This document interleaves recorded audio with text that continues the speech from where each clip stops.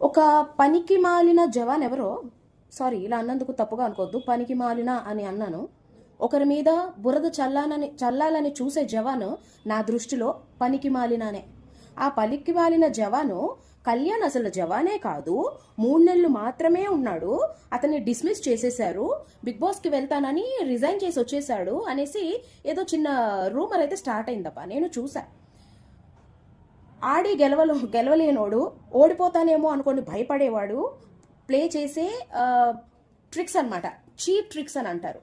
అబ్బాయి జవాన్ అని తనతో కలిసి వర్క్ చేస్తున్న ఒక 10 మంది జవాన్లు సపోర్ట్ చేయండి అని మాట్లాడుతున్న వీడియోలు, ఏమంటారు, రివ్యూస్ ఇవన్నీ చూస్తూనే ఉన్నాం కదా. కావాలంటే నేను పోస్ట్ చేస్తాను కూడా.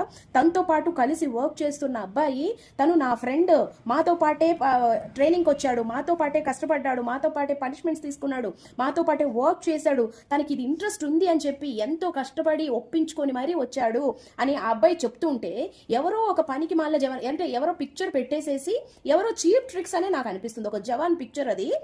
మరి అబ్బాయి యాక్టరా లేకపోతే యాక్టింగ్ పరంగా ఒక డ్రెస్ వేసుకొని నించున్నాడని నాకు తెలీదు.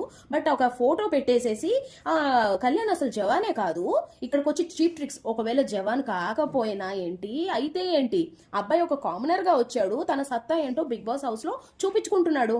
ఇంకెవరో ఒక ఆవిడ అంటుంది, అదేంటది అబ్బాయి ఏమంటారు సోల్జర్ గా ఉంటూ రిజైన్ చేసేసి అది వదిలేసుకొని ఇక్కడ వచ్చి చేశాడంటే, అసలు ఏంటమ్మా ఏం మాట్లాడుతున్నారు?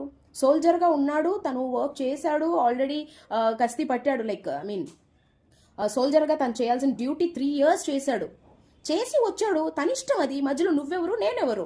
సోల్జర్గా ఉండి వచ్చేసాడు అంటే నువ్వు నేను అసలు కనీసం వెళ్ళనే లేదు, నువ్వు ఒక సోల్జర్ గురించి మాట్లాడుతున్నావా? ఇలాంటి చీప్ ట్రిక్స్ వద్దండి.